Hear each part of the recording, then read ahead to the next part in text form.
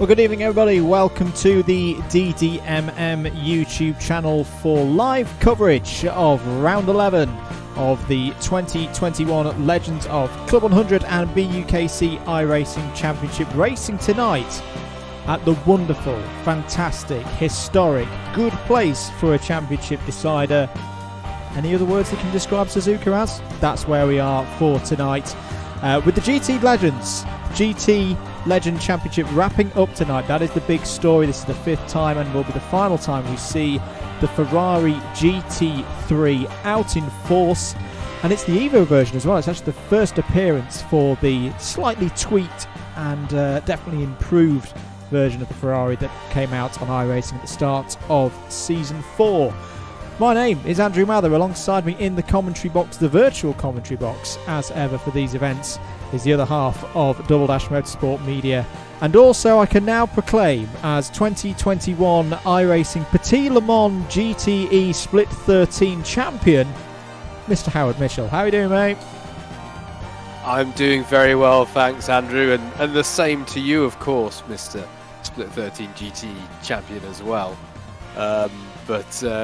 Yeah, it's we're back with the Legends at a legendary circuit. It's going to be a good night, but a critical night, as you say. We're going to decide ourselves some GT champions. I think with all the introductions done, we've got about just short of 10 minutes to go of the practice session. Remember, you've got the live timing, double-mm.com/live-timing. We will put it in the chat. There we go. For you to have a look at if you've got a second screen, a second PC, monitor, tablet, phone, whatever it may be. You can check out that to see currently that Josh Ladd, or Josh Ladd as he is now on the timing, is currently the fastest driver of the evening so far on a 158.14. Michael Preston second on 115.16. Sam Sanders, who I know has got a lot of support in the chat so far tonight, he's there in 3rd. Steve Hicks 4th. James Corp, good to have James back, is in 5th.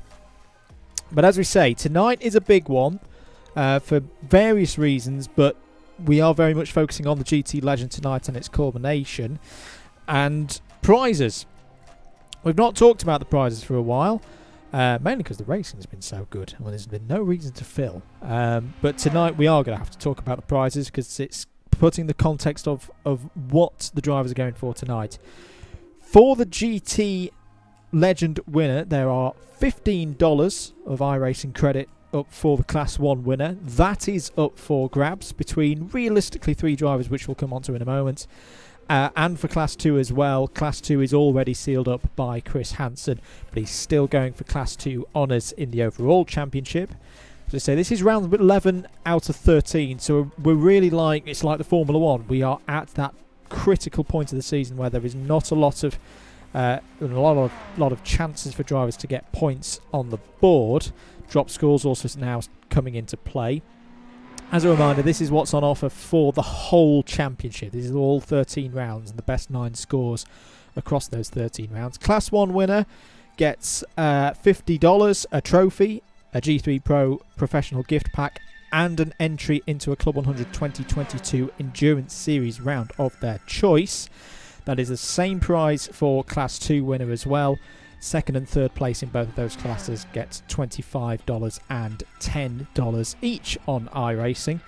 And it's the same story as well for when we get onto the front wheel drive and the rear wheel drive legend finales in the next 2 rounds. Class 1 winner gets $15. Class 2 winner also gets $15. Let's move on though, Howard. Let's have a look at the scores on the doors. I'm going to leave you to choose which one we go with first and take us through it.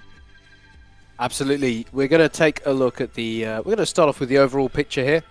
And this is with none of the drop rounds taken into account. So this is the raw scores on the doors.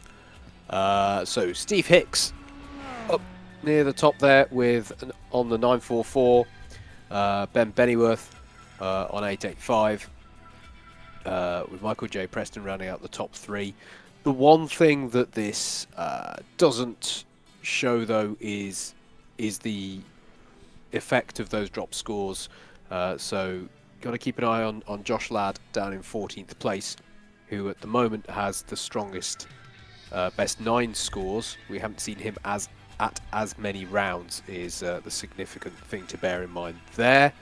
Class 2 is an interesting one. Chris Hansen, Matt Hale, James Fremont, Matt Horgan, all key players in those Class 2 ranks. Moving slightly further down, Kirith Kalirai. Hello to you if you're tuning in to support him. He's having a good season there in Class 2. And some interesting names who are maybe further down the table than you would expect. Anwar Brule Smith, of course, having a curtailed campaign in this season. That's why he's down there. And brilliant to see. Oh, we've got some rogue drivers in the 50s. Apologies for that. Somebody's on 100 points without having a name. That's impressive in of itself. But fantastic to see how well supported the championship is this year. Let's take a look now at our GT standings. So this is all 4 GT rounds that we've had so far taken into account, but it's 1 dropped score. So we've decided to show you the full scores because you know, if it's impossible for everyone. Yeah, if everyone gets disqualified. Yeah, this is how the championship would end. So it's kind of like your starting point. Indeed. So Michael J. Preston with the 393, Josh Ladd on 392, nice and close at the top of this one. Steve Hicks just 2 points behind them, so really nice and tight on this one. Tom Dixon, Chris Hansen in a good battle for 4th overall, but Andrew already mentioning that Chris Hansen has pretty much wrapped up this championship in Class 2. Very impressive with 1 round left to go. Such has been the strength of his campaign. But good battles nevertheless going on further down in Class 2. Still some bragging rights to be had, no doubt about that. But you can see how close it is in these standings here. It continues that way all the way down. Frankly, if we take a look further down, you can see some of the good battles, mere points separating many of them. There is then a break beyond Adrian Mertens. That's just for people who have not done all of the rounds. So some of these names maybe you've only done 3 rounds so far, so they could come back into it. But we'll try and keep an eye on that as the evening goes on. But yeah, definitely one of the tightest sub-championships that we have here, Andrew. If I just cut back to the top, Michael J. Preston, Josh Ladd, Steve Hicks, your top 3, and they are so close for this one. It's going to be a really entertaining finish to this one, I think. It is indeed. The key things, as I say, regular viewers of, say, the BUKC streams will be familiar with this concept of where the drivers can improve to. Josh Ladd, as I say, 392 points for him at the moment. He's possibly got the most scope to... In fact, yes, he has got the most scope to improve his score, Howard, because included in that 392 is a 94. So he's got scope to improve his score by a further 6 points if he wins here tonight. So that was his max possible is a 398. Michael J. Preston, his max possible is 397. His worst score, and it's a bit harsh using the word worst because it is a 96 out of a possible 100 points. And then Hicksy as well, Steve Hicks. He's been Mr. Consistency so far in the GTs. 98, 98, 97, 97. So he hasn't won a round so far in this part of the championship, this mini-series. But it means his max possible score is 393. Effectively, he's got to go all out tonight, mate. He has got to win this round if he wants to be the GT legend of this championship. But he is one of those drivers who can achieve that, so that is something. Yeah, absolutely. He's just got to go all in on this one, and what a circuit to have to do that. But as you alluded to at the start, mate, not short on the odd dramatic championship decider this circuit, is it? So we're at the right place. and we've had some great racing here in the past. We were here last year for one of the Mazda races, and I seem to remember that it produced some fantastic racing. We should remind everyone of the format as well before we get into qualifying. 10 minutes of this practice session to go. 2 races for you tonight, both of them 40 minutes in length with a mandatory pit stop across the course of the race. And the first grid will be set, or the grid for the first race will be set by the results of the qualifying session that is about to occur, Howard. And once again, a lot of pressure on these qualifying sessions, with only 2 flying laps for the drivers to get it all correct and present out there and get their lap times in. Yes, indeed. Now, we were talking about the fact that this is, in fact, the debut. Why not debut a new car for the final round of a sub-championship, eh? But it makes sense. We're honest. So for anyone who might not be familiar or aware, the Season 4 update or the 2021 Season 4 update for iRacing saw a revised version of this 488 GT3, known as the 488 GT3 Evo. And everybody who owned the 488 GT3 was basically given the iRacing credits to allow them to make the upgrade effectively for free. So the decision was made by the organisers that I think we all had a go, didn't we? Really, in the Evo, and yeah. The consensus was that it was a slightly stabler platform, and everyone's taken to it quite quickly. I think I certainly prefer the way it feels to the original, and to be honest with you, the original was a pretty tidy package anyway. So we are making that switch. It is a different car, but I would expect, Andrew, everyone to be up to speed nice and quickly, and to not have any major issues adjusting for this evening's racing.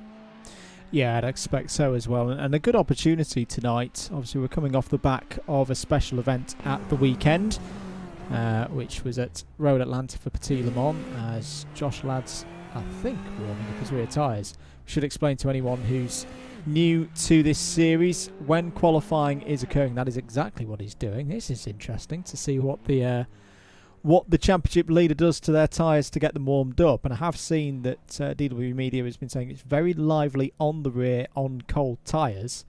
In these qualifying sessions, everybody is effectively out by themselves. By that I mean, this is fine for Josh to do this, because no one in the sim world is going to come up behind him and ram him on the entry to 130R. We can flick between each of the drivers and see how they're doing. This is a solo qualifying with everyone given the same opportunity to get their lap time in. Traffic won't come into play at all as Tom Banks starts his first flying lap, Howard. Yeah, absolutely. Got to be committed in the early part of this lap, swinging it into 1. Good use of trail braking, often the order of the day, into 2. And then we're going into the S's here. So important to be switched on and feel like the car is underneath you to get the turn in for these corners. Nothing worse than having a heavily understeering Ferrari going through the S's, or heavily understeering anything, to be honest with you. Going around Suzuka and up through the Dunlop curb. The report from Banks' squad tonight. Not expecting too much. He's been away from iRacing for a bit, and when he has been in the sim rig or in the chair, he's been on dirt. So if you see him in the gravel, that is why. He's just getting himself reacquainted. Actually, we might have to penalise him there for gaining an unfair... He's the only driver who might be deemed to have gained an unfair advantage by doing a whole lap, not on the tarmac. Yeah, he seems to be up to speed on this lap though. We're heading into the spoon curve. Corner where I always find, mate, you've got to be patient. It can be so easy to get greedy around the first apex or between the 2 apexes and compromise your run onto this all-important straight heading towards the infamous 130R. David Whitehouse first over the line, 2 minutes 1.52. Immediately displaced though by Chris Hansen, already crowned GT Legend Class 2 champion. He's gone to pole position with a 1:59.25. George Palazzi, good to have George back here again. He's popped it onto the front row at the moment. His early pace setters come over the line. Where is Banks going to go here in the Castrol livery? He goes P4 onto the second row of the grid. 2 minutes 0.45. Good lap time as well, Howard, from Edward Keithley in the 99, 1:59.83. But here we are with, depending on which way you cut the cake and the scores, the leader of the championship going into tonight, Josh Ladd. 2 round victories so far this season in the Ferraris. What can he do here for this first lap time? He sticks to the right hand side. He feels like it's a good one, and it's pole 1:58.15, and Josh Ladd's done. He doesn't think he can go any quicker, Howard. No, he seems to be pretty happy with that, and has parked that one up. I just wonder, is that a little bit of a sign on the tyres? Because normally you have 2 opportunities for flyers. We saw Josh was warming up his rear tyres. Did he just go all out there to do 1 flying lap, lowest fuel possible with the most grip available in that tyre to set that lap time? Whatever it is that he did, it definitely worked. Yeah, absolutely. Put himself up there on provisional pole. But yeah, interesting approach, wasn't it, from Josh Ladd? As you say, depending on how you slice and dice the scores, our championship leader. It's all about those drop scores.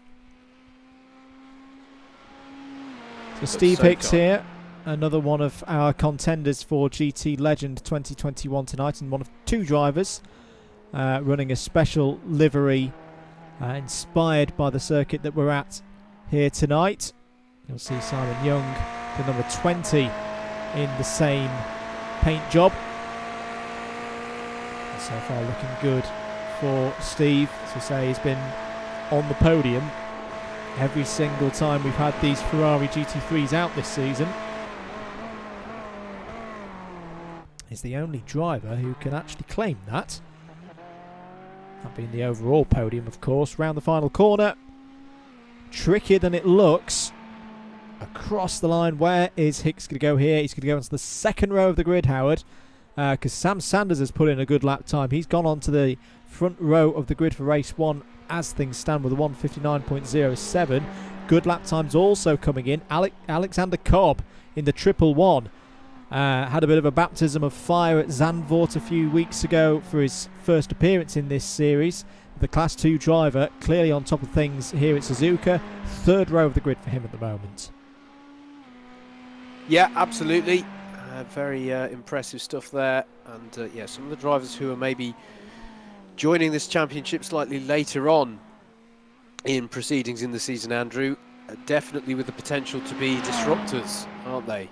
Because there's some strong showings out there, and they've got nothing to lose, because from a championship perspective they're not in it. So it's going to be an interesting one for the likes of Sam Sanders and Alex Cobb. This is Michael J. Preston though on his flying lap. A driver very much in the mix tonight. Good evening to Greg Smith, who's in the chat. Do let us know in the chat where you're watching from, and if you wouldn't mind sharing the stream out as well, let people know that we're racing here tonight. Let folks some entertaining iRacing on YouTube for them here this evening. DW Media. David, you are not slow. I will be having words, inspirational words, like Saturday again. You are not slow. Just keep it chill. Get that car up the grid. But here comes Michael Preston round the final corner. Across the line, sticking to the right, as we saw Josh Ladd do. It's front row of the grid, but it's not pole. 1:58.29 there, Howard. It's Ladd and Preston on the front row again. Yeah, absolutely. Absolutely. Not the first time that we've seen that this season, but a very impressive lap from both of them. I'm just seeing who else is still out there on a flyer. I don't think we've had a lap from James Corp yet. Simon Young has set a lap time, but it's not representative. It was 2 minute 18 for Simon. We know Simon's got a lot more pace than that. Here he goes through the Casio Triangle for his second flying lap. What is this lap time going to be? It's going to stick him 8th on the grid. 2 minutes, 0.18. Still not seen a lap time be set by James Corp, Tom Dix, Craig Brown or Kieran Fitzgerald. Looks like Kieran's actually in the pits at the moment, so may have had an incident out there in his qualifying. But I think that pretty much... apologies, I've not got the ticker on my screen in terms of how many it's changed. In fact, yes, there is the checker flag. We have now finished. It's another pole position, Howard, for Josh Ladd. It is indeed. Here are your qualifying results for that one. In fact, I'm not going to show you the qualifying results. I'm going to wait for the grid to get posted, and then we'll look at it that way because that's more exciting. It's more geared towards the race. 40 minutes that we're about to go into. It's exactly the same results. I don't know why I'm bigging it up like that, but it's presented in a sort of grid fashion. It's nicer. So Good evening to Bryn Alban, who's joined us in the chat. Hope you're doing well, Bryn, and hope we can get some more good results in Club 100 as well for the rest of the season. So I had a good time in the last couple of rounds. Another chime in from Mr. Whitehouse, who says that he thinks on Saturday the thoughts were more, don't make that move. I do not know what you're referring to, David. No, not at all. Not at all. But the grid, Howard, is SDK behaving itself this evening?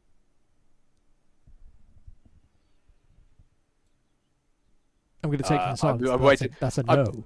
Not yet. No. Let's put the qualifying results up instead. There we go.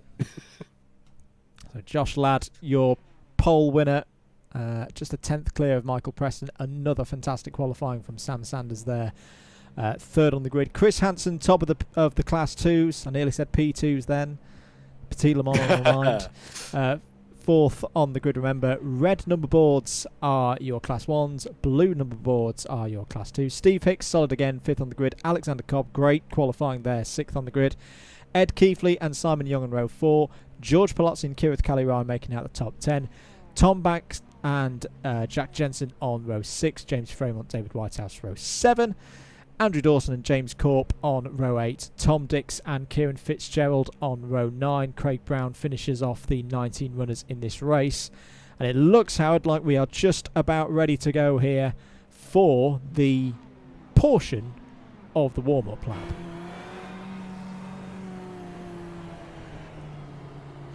Yeah, indeed. It's going to be a run round the Casio Triangle chicane, and then we will be underway, and it's going to be this man we're on board with, Josh Ladd, who drops the hammer. 40 minutes on the clock then here at Suzuka for round 11 of the 2021 Legends of Club 100 and BUKC iRacing Championship. You're watching live exclusively here on the Double Dash Motorsport Media YouTube channel, and away goes Josh Ladd. He caught Michael Preston napping there, has already got the lead as they come over start finish, and away we go for race number 1. Ladd will lead into turn 1, side by side for third place between Sam Sanders and Chris Hansen there. Sam Sanders gets ahead. You can look out for Alexander Kolb. He's had a good start there in the pink painted Ferrari in 5th place. Simon Young and Steve Hicks line astern in the similar liveries, 6th and 7th. And Ed Keefley looks like he's had a decent start as well, Howard, there in 8th. Yeah, absolutely. A relatively strong start throughout the field, relatively clean start it looks as well. But what a start from Josh Ladd, who I think has got the early steal on the field here. Here we are looking back from him. This is the view back from your race leader. Obviously we've seen these two drivers be very close in this car in particular, Howard. Ladd and Preston across the 4 events we've had so far this year, but I get the sense from Josh Ladd here that he's wanted to hit the start of this race hard.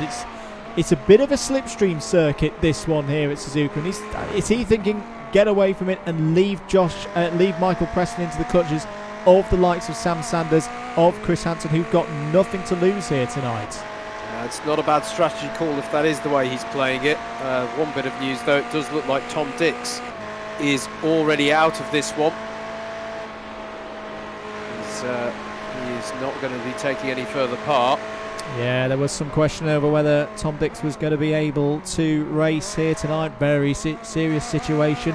He was having some furniture measured up before the start of racing this evening. I don't think they've been able to get that car out of the pit lane.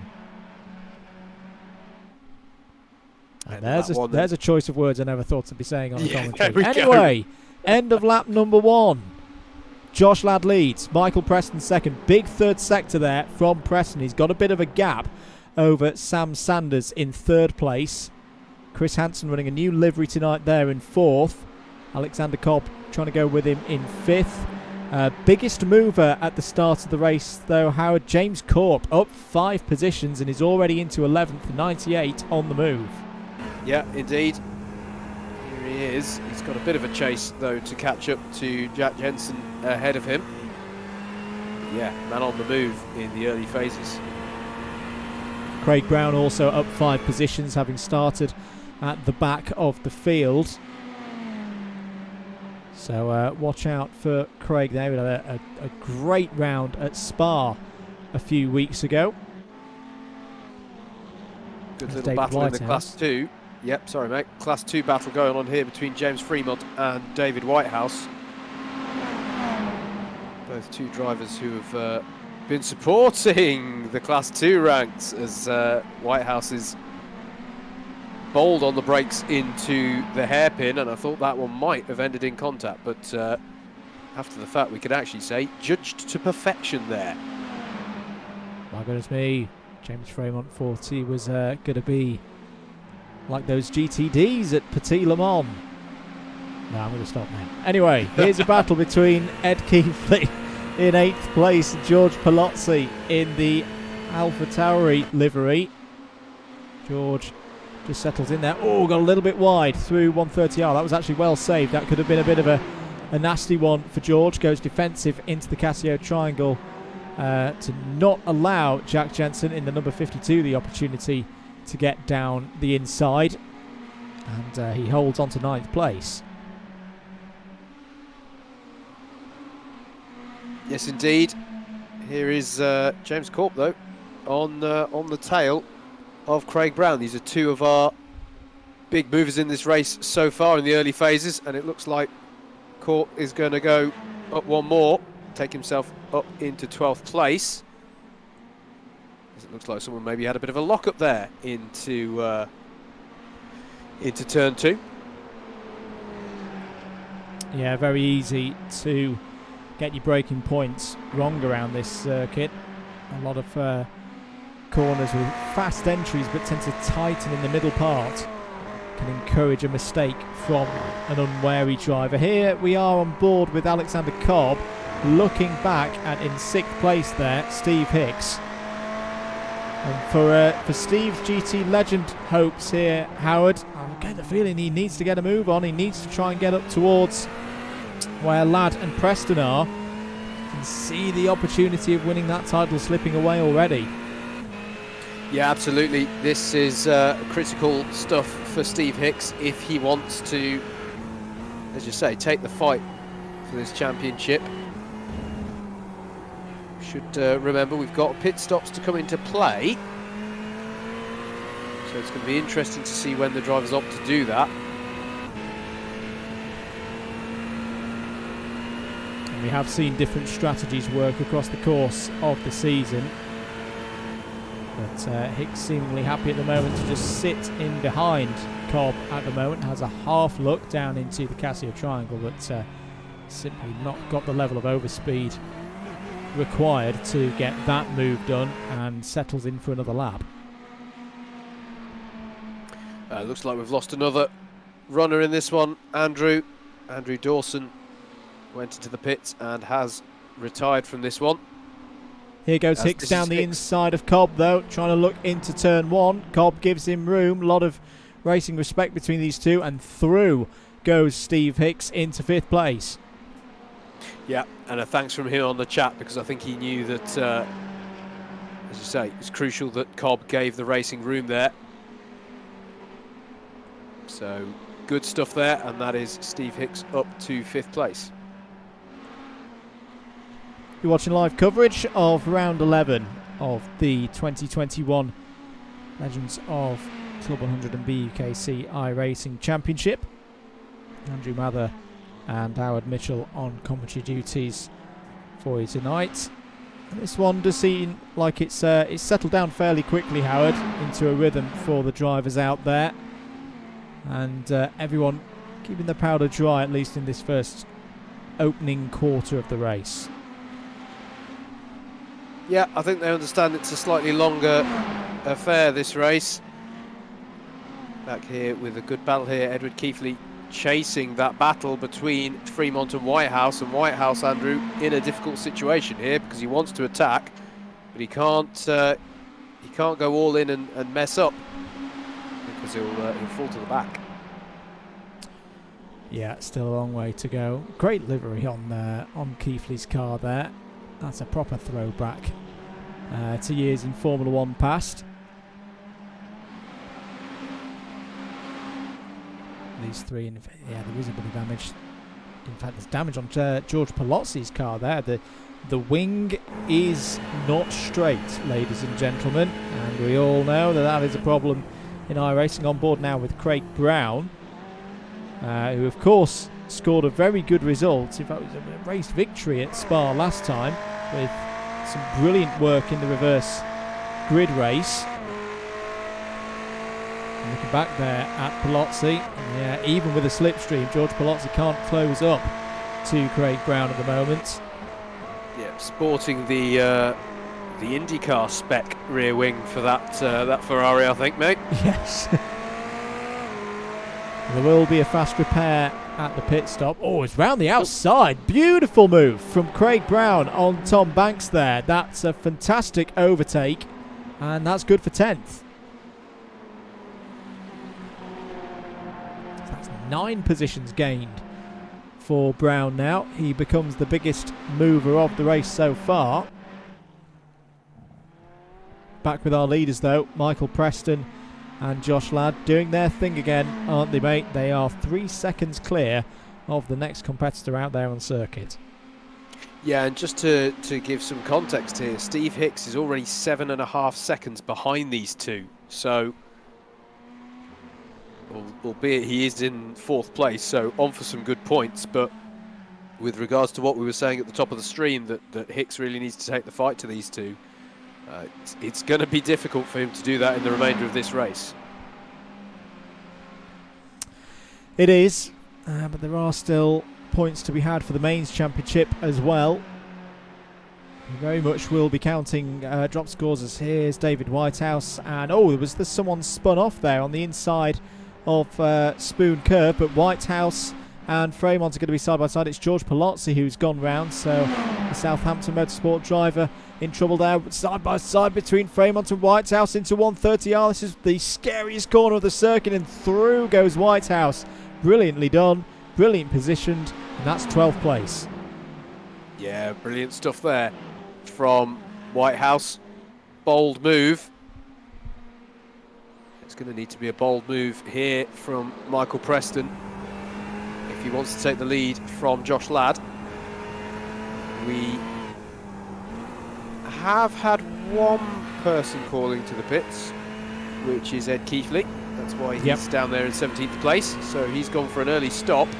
That makes sense. If the car's got damage, get that damage off, get back out again. Just want to mention as well, as I say, we mentioned James Corp moving up through the field, and Craig Brown, who's actually slipped down a couple of positions now into 13th. Kirith Kalirai also on the move. Big night this for Kirith, because there's a number of Class 2 runners not here tonight. No Matt Hale here tonight. He's on holiday.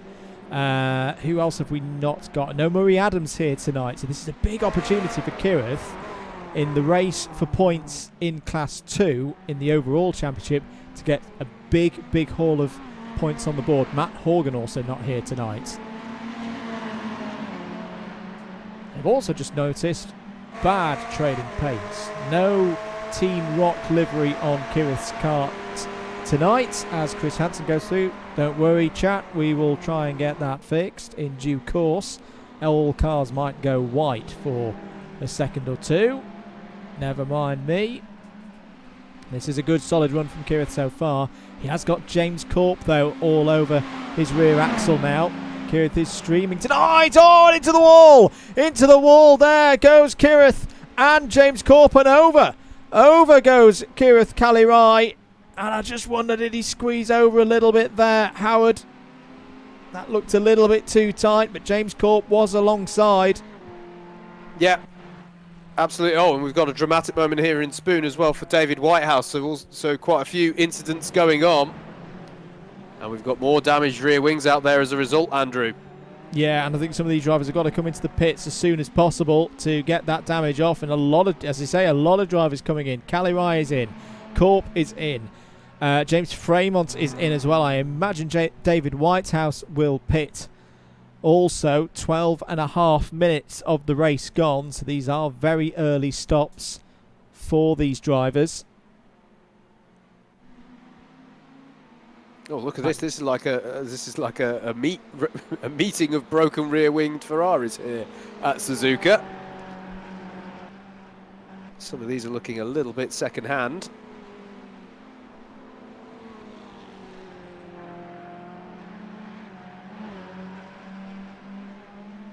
Back with the leaders though. Too.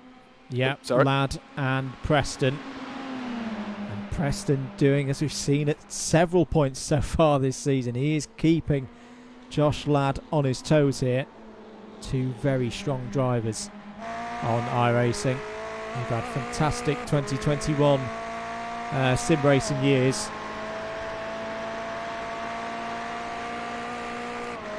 You still think though, Howard, at this stage of the race, they'll stay out. They want to try and get a gap to the rest of the field that they can slot into when they make their pit stop. Yep, absolutely. Very likely they would like to have a nice gap, of course. So yeah, they'll be looking for that opportunity. But what that means, mate, is if they're going to stay out, they also don't want to hold each other up in that regard through battling. So one would have thought that at the moment, Michael, I would have thought, unless an obvious opportunity presents itself, he's going to hold station for the time being. Back here with James Corp on the tail of David Whitehouse, both post a pit stop, and he's having a look on the exit of Dunlop curve and gets that job done. David Whitehouse now with a rebonneted Ferrari, that quick repair being used in his pit stop. Yep, and it is a feature that's encouraged in this championship. Reason being, we've got a lot of drivers who are still learning. Very much a school for drivers to move on to bigger events in iRacing this without the pressure of iRating changes and safety rating changes. So not good to see drivers taken out and then not be able to get back in the race, not get their track time. So we do use those fast repairs to get people back out on circuit and running well. Here we are on board now with Craig Brown in 11th place. That's George Palozzi ahead of us in the 888. Simon Young, the car further in the distance. The driver picking their way through in all of this, Howard, now up to 8th place ahead of this trio, Tom Banks. So for all of the words pre-race saying out of practice, not had much time to test, Tom Banks doing a great job here at keeping his nose clean, and is picking up positions as a result. Yep, very good point. Very good point. It's a good return to the racing, given that time out. This is on board with Keithley though, chasing James Fremont for 13th position. How bold is he feeling into the Degners today? That's pretty bold. Pretty bold into the Degners. No, Gosh, it's like one of the things up for the cameras. It's one of the things I do love about this circuit, Howard, that you can be bold around here, and it's a circuit that rewards you. If you go too far, obviously it can bite as well, but it's a circuit that you can be brave around. Yeah, absolutely. Once you're dialed in, it can be a lot of fun. This one, a lot of fun, and you can push. You can absolutely push, albeit there are parts where it's definitely possible to overdrive. It's always possible to overdrive, yeah. And this section can be a lot of fun, and then slinging it through the S's in sector 1. Definitely a lot of fun to be had around here. Often a bit of a drive of a favourite, but also not the widest of tracks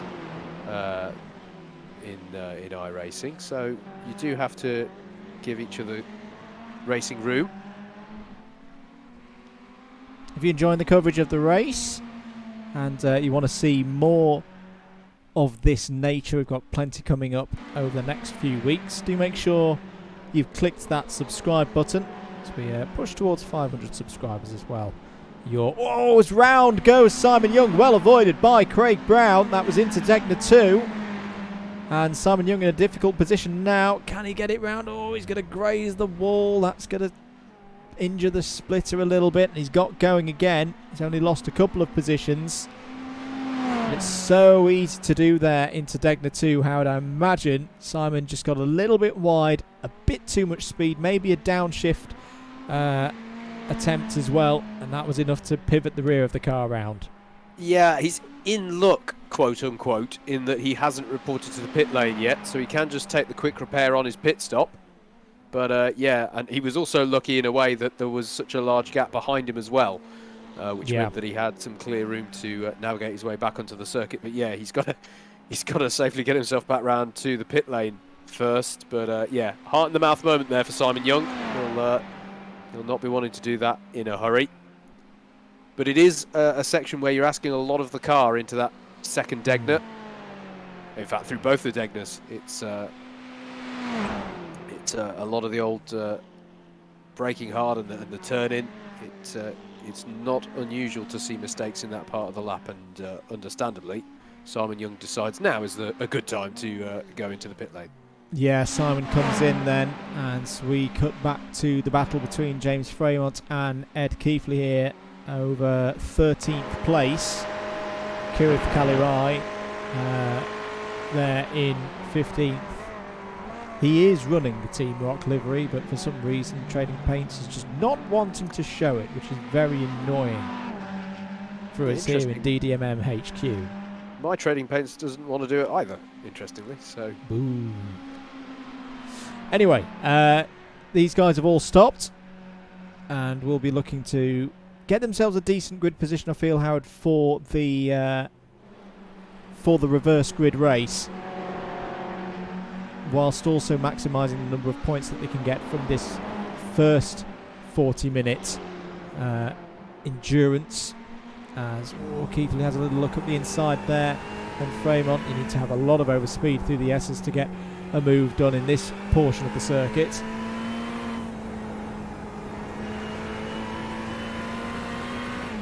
Over the top of the hill towards the Degners now. This is where we saw Simon Young go around not too long ago.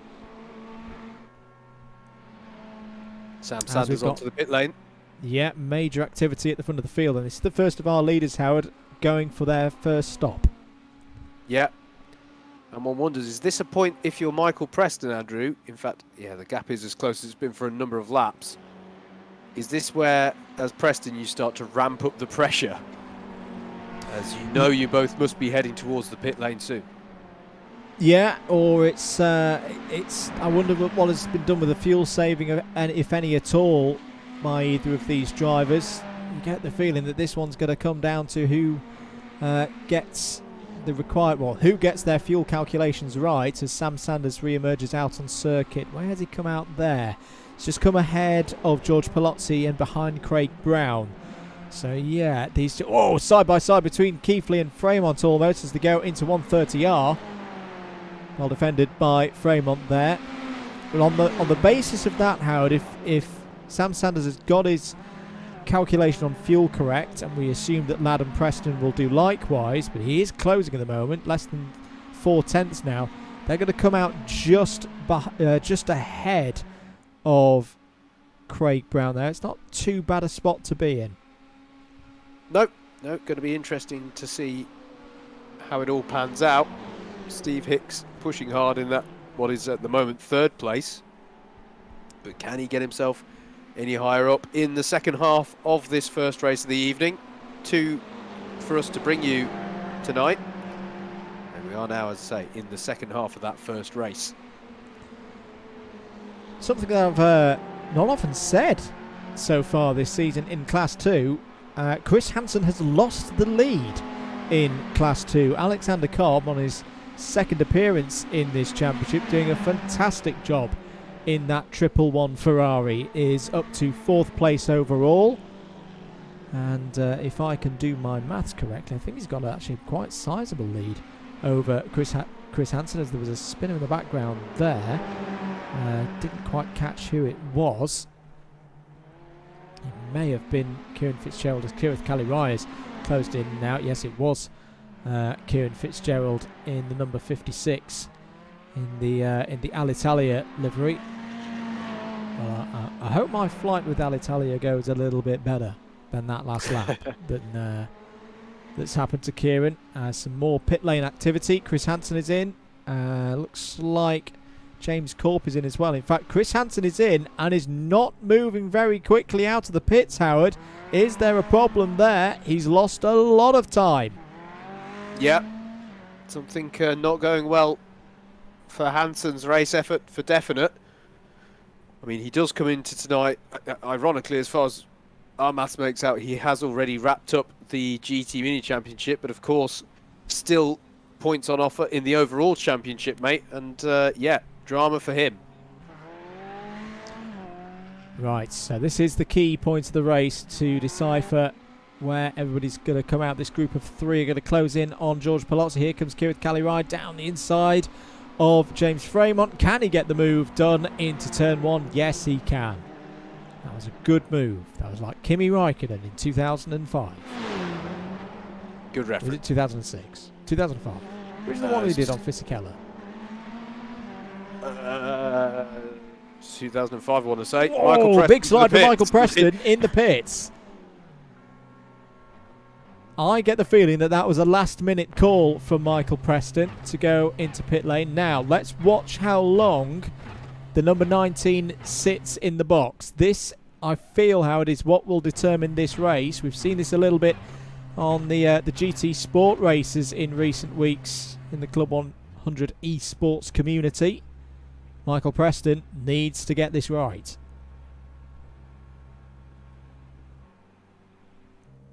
Alexander Cobb is in as well. And away he goes. That looks like a pretty quick stop to me, Howard. Yep, absolutely. Comes out into 3rd place with Steve Hicks and Josh Ladd still yet to pit, but crucially, mate, in clean air as well. We've got a few other people pitting as well. Alex Cobb, Tom Banks, Craig Brown. Look at this, plenty of activity on the pit lane. Where does Alex Cobb feed out? This will be good news for... Oh, in fact, that's going to be close on exit between Chris Hansen and Alexander Cobb. I just saw the Hello Kitty car flash by there. And I think somehow... Okay, I'm very confused now with what's happened in the pits.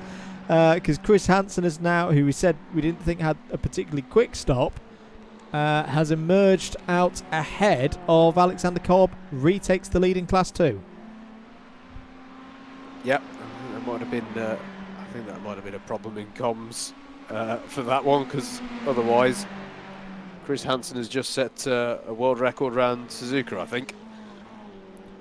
But unless James Corp was out of sync, and I think he was, because James Corp has now actually fallen down to the bottom of the orders. That's a shame for James. He was having a strong run, but he's now a lap off the overall lead. Josh Ladd, here we go then. This is a key pit stop in the context of this race. in the context of the GT Legend mini-series and of the championship. Steve Hicks also in for his mandatory pit stop in race 1. Where is Michael Preston? There goes David Whitehouse in the chrome AF Corsa livery. There is Michael Preston. He's going to come around the final corner with a lot of speed here. Is Josh Ladd going to get that car moving and retake the lead? I don't think he is, Howard. It's going to be a race off pit lane. Preston's done it. Michael Preston has taken the race lead in the pit stops. Yep, key moment in this first race, and will it turn out to be a key moment in deciding this championship? Here's Hicks on exit as well, and Sam Sanders has managed to stay ahead. The gap, to me, Andrew, at least, looks much reduced. Yeah, I agree with that. Still down in 4th place for Steve Hicks, but that is a crucial moment for Michael Preston in this race. Well, 2 minutes 31 was the out lap, so it was quicker than we saw from Chris Hansen. And you get the feeling now, Howard, that this is a point where Michael Preston just needs to keep calm. We know he will. He's a cool customer. It's not just that he's got out ahead of Josh Ladd. He's done it by 3.3 seconds. That is quite a gap, and really does throw the gauntlet down to Cardiff's Josh Ladd.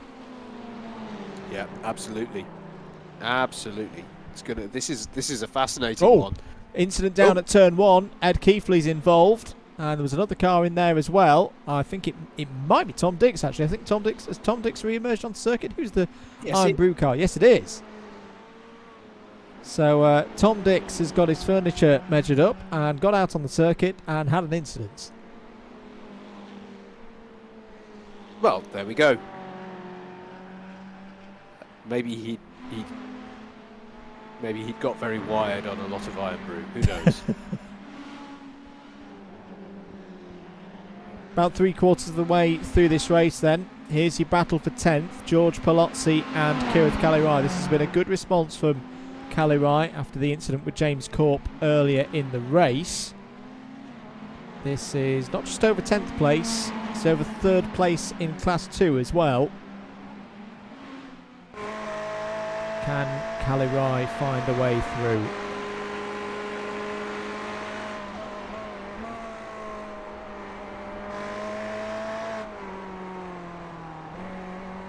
Through Spoon. Palozzi looking a little bit wide there. This is going to be the best opportunity, I feel, for Kirith Kalirai if he can get in that slipstream and try and get a move done on the brakes into the Casio triangle. Don't feel like he's close enough this time around though, Howard. Yeah, no, I think he's going to need to be a bit closer than that to get himself an opportunity. He's closing in though, you feel. That was definitely a stronger last sector of the lap for Kalirai relative to Palozzi. Gotta say though, this is the closest battle on the circuit at the moment. That is the thing to note. Not only did Preston take the lead, but he took the lead with a 3-second gap in hand, which, considering they were separated by mere tenths before the stops kicked off, just goes to show how successful a sequence of pit stops that was for Preston. Keep an eye on the gap though. I'm trying to find out how Michael Preston did that strategy. I just wonder, is he now in a bit of a fuel saving position? The gap is holding at over 3 seconds, 3.1 now for Preston over Josh Ladd. So if Josh Ladd wants to win this race, he's got to get that down fairly quickly. Less than 10 minutes of the race to go now. George Palozzi and Kirith Kalirai here still pushing hard, trying to get back into the top 10. Craig Brown up ahead of them, who's been fantastic in this race. Gained 9 positions. There is Josh Ladd. Last time around a 1:59.395. I have to say, mate, I'm just sorry. I was to say that's not as fast as I would have expected from Josh at this stage of the race. I wonder if he's having to fuel save a bit as well. Yeah, as James Corr is on pit lane again. Yeah, it's been a rough season so far for James Cork. He's had the speed, but hasn't always had the best of luck. And unfortunately, another race for him ends in pit lane. Here's a driver though who I've really been impressed with over the last few rounds. Howard hasn't been with us for the whole season. We've seen him race a lot though on various Alpha live streamed race days in 2021. Sam Sanders, University of East Anglia driver, very impressive in the BUKC last year. He's been doing a bit of senior owner racing at Wilton Mill Kart Club as well that we've been watching here at DDMM. And here he is once again in the Legends of Club 100 and BUKC iRacing Championship, showing his skills. A very solid P3 at the moment, ahead of one of our championship contenders. Yeah, and crucially thus denying one of our championship contenders crucial points. But that's not to take anything away from it. It's a very smooth lap so far that we've been with him, I have to say, from Sanders. It's making that speed look quite effortless to me. Good evening to... Go ahead, mate. I was just going to say, I'm having a cheeky nose at some of the chat in the lobby. I think Josh Ladd's quite surprised at this. He said, how? I took 29 litres. So I think he's just as surprised as the rest of us, albeit he has just closed in by some 3/10 on that lap. He has indeed. 2.73 now, the gap between the two leaders. Good evening to Matt Hale, who's active in another chat on the YouTube chat here on the DDMM YouTube channel. George Go Full Gandalf is his instruction to George Palazzi. He's going to need to, I and think, saying Joy is loving that I'm watching this race during a romantic meal. Well, as ever, Matt, it's good to know that your priorities are absolutely where they need to be. Thank you for being with us once again, and thank you for your support throughout the season.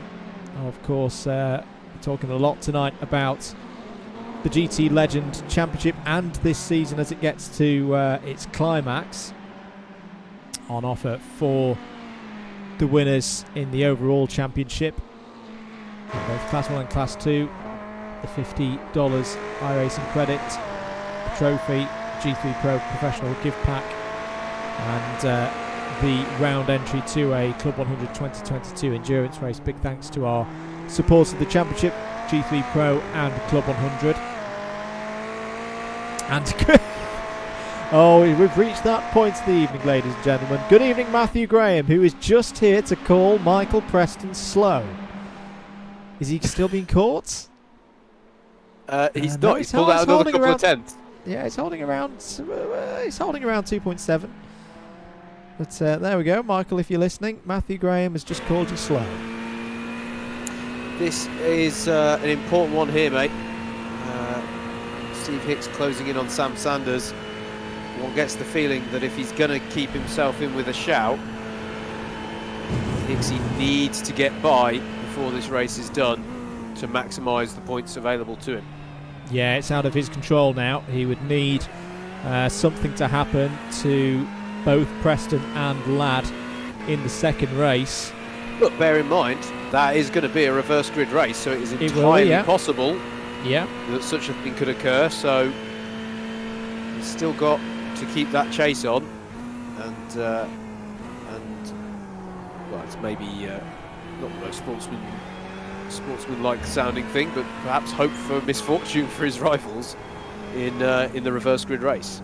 Change involving Craig Brown, I think, out there, mate. I just spotted on the live timing. I think he's had an off because he's now sat behind George Palazzi and Kirith Kelly-Ryan. Look at this battle over 12th place.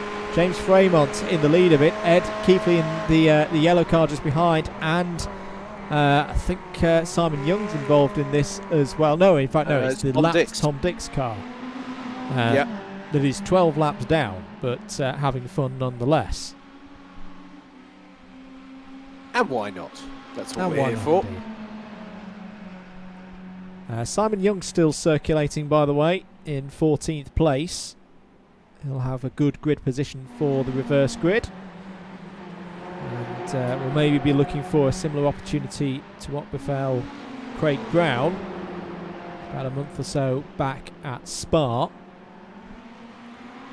And plenty more action here on the DDMM YouTube channel in the esports and sim racing world over. Oh, as round goes George Palozzi. Round goes George Palozzi coming out of the S's all by himself, and that's going to lose a number of positions. Kirith Kalirai goes through, James Fremont, Ed Keefley go through. Can he get it back on circuit before Simon Young appears? Yes, he can. Well, he's got going again, Howard, but a big body blow to George Palozzi there. Yeah, costly moment. I have to say, in some ways, lucky to have only come to a stop in the gravel, because, you know, sometimes if you lose it there, you can be going all the way over to the wall, but costly nonetheless for George Palozzi. Well, that promotes Kirith Kalirai to 9th and 3rd place in Class 2, back with Fremont, Keithley and Tom Dix. Tom Dix on a bit of a glorified test session, as we call it now. The only other driver classified behind him at the moment is Andrew Dawson. On bumper cam with Ed Keefley now. Can he get something set up into the Casio Triangle, which has seen so many overtakes over the years? Back end of James Fremont's 072, looking a little bit loose, but good speed out of 130R means he keeps that position for at least the next couple of corners as they go on to lap number 19. 2.5 minutes left on the clock. Yep, into the end game phases of this first race.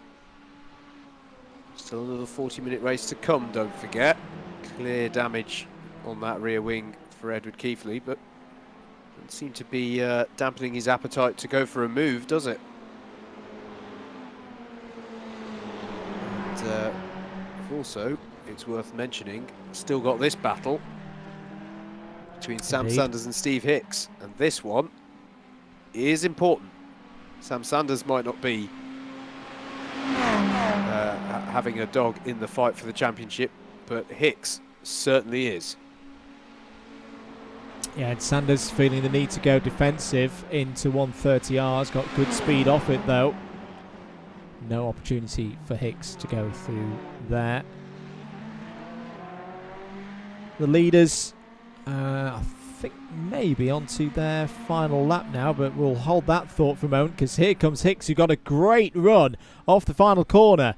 White flag is out then for the final lap. Can Steve Hicks go around the outside? This would be the Kimi Räikkönen move. No, in the end, Sanders just holds in front of him.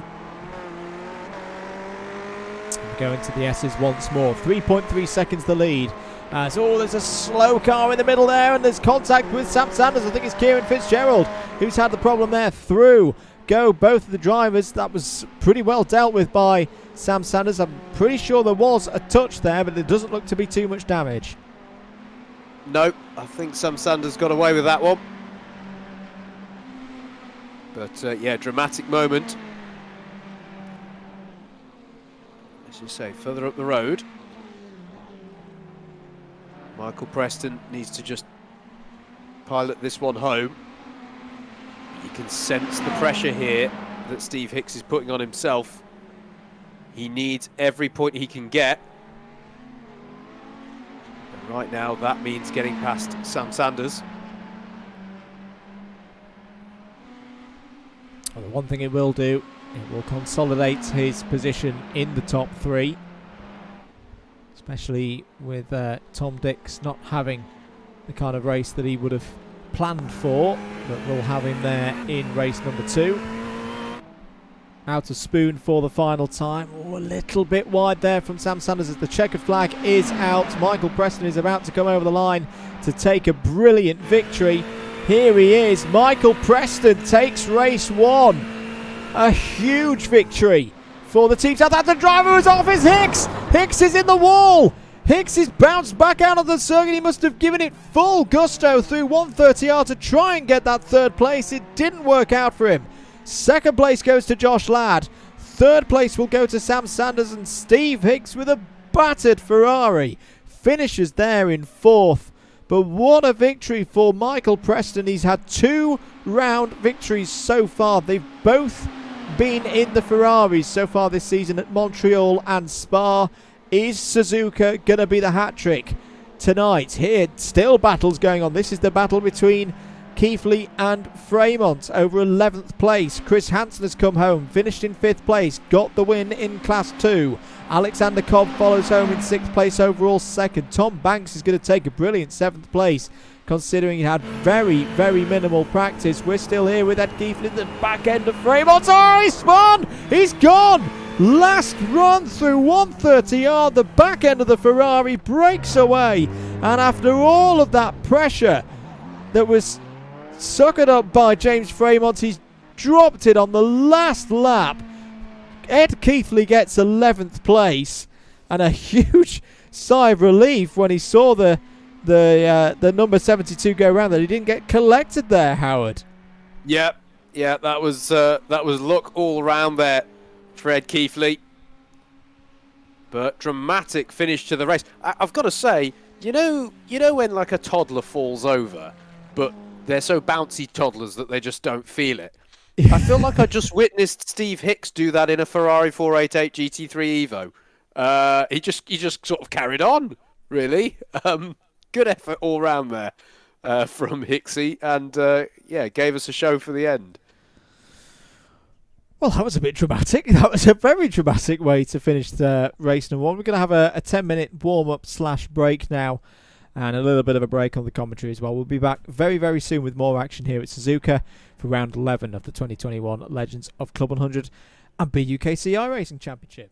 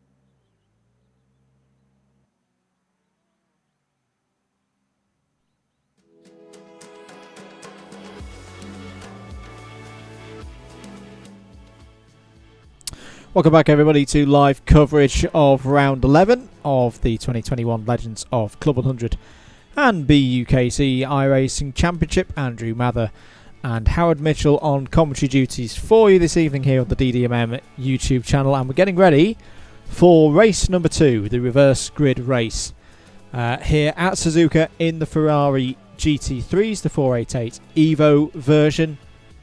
And Howard, a very impressive victory in that first race of the evening for Michael Preston. Yes, absolutely, mate.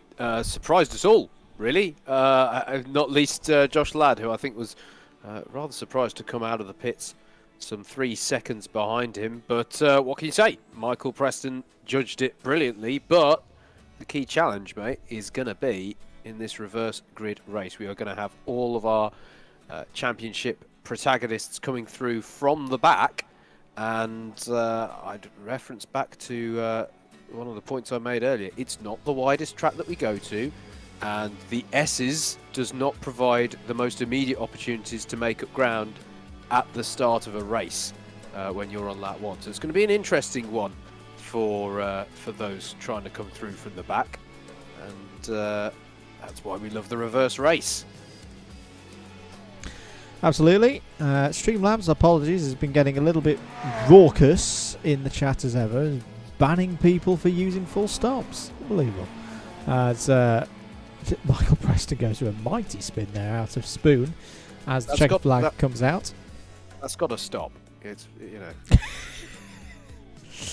But yeah, the reverse grid race should have Andrew Dawson on pole position for it. And Tom Dix alongside on the front row. James Corpin, Kieran Fitzgerald, row 2. David Whitehouse and George Palazzi, row 3. Simon Young, James Froman, row 4. Ed Keithley and Craig Brown on row 5. Kirith Kalirai and Jack Jensen on row 6. And then the rest of the grid. Tom Banks and Alexander Cobb on row 7. Chris Hansen and Steve Hicks on row number 8. Sam Sanders and Josh Ladd on row number 9. Michael Preston on his own on row 10. So we are all set then for the second race. If you're enjoying the coverage, do make sure you subscribe to the DDMM YouTube channel.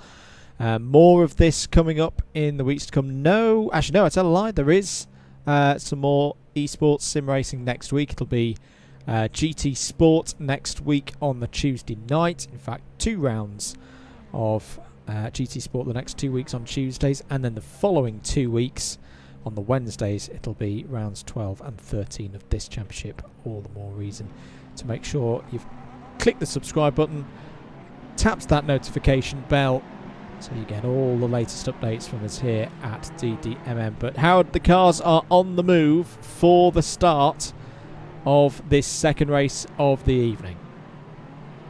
Yep, absolutely. This is a big race. Let's not make any bones about it. This is going to be fascinating to watch.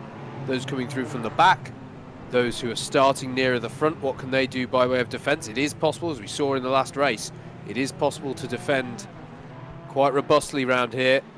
And Tom Dix has gone and dropped the hammer there, and in a near repeat of what we saw in race number 1, our pole sitter has got away nicely there.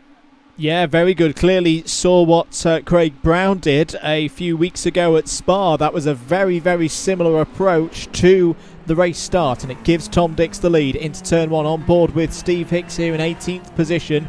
Josh Ladd has already got by the number 12 there. There's smoke ahead, which probably means that somebody's in a little bit of bother. Are they all going to get through the S's for the first time? No, it's turn 1 spun. I think it was Chris Hansen. Chris Hansen off, going backwards through the gravel there. There's somebody else off in the grass with him. You can just see the tyre marks off to the left. But as to be expected, I think, Howard, we saw this a little bit with the Mazdas last year, and we're in faster machinery now. A little bit of chaos on the first lap. And who's that in trouble?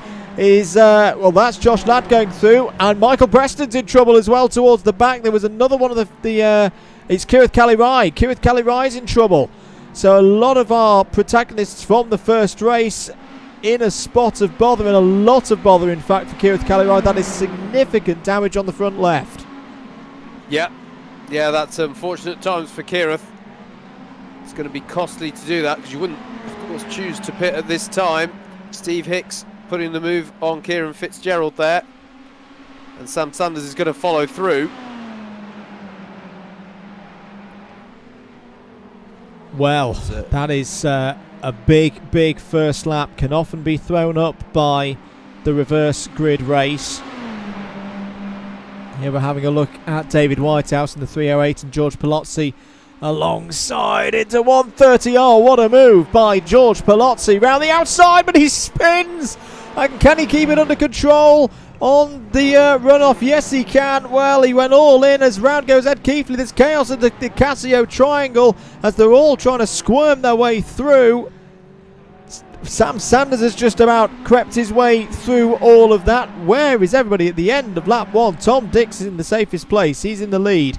James Corp second, David Whitehouse third. There's a battle going on between Hicks and Sanders and Tom Banks as well in there on the outside. Sam Sanders almost trying a bit of a bump draft there on Steve Hicks into turn 1. Jack Jensen is up to 4th place. Simon Young 5th. Josh Ladd is up 12 positions, Howard, to 6th place. A big move from him. He needs to win this race, not just for the sake of this race, but everything tonight. The GT Legend Championship, the overall championship, it's all on the line, you feel, and that's a brilliant way to respond from the disappointments of race 1.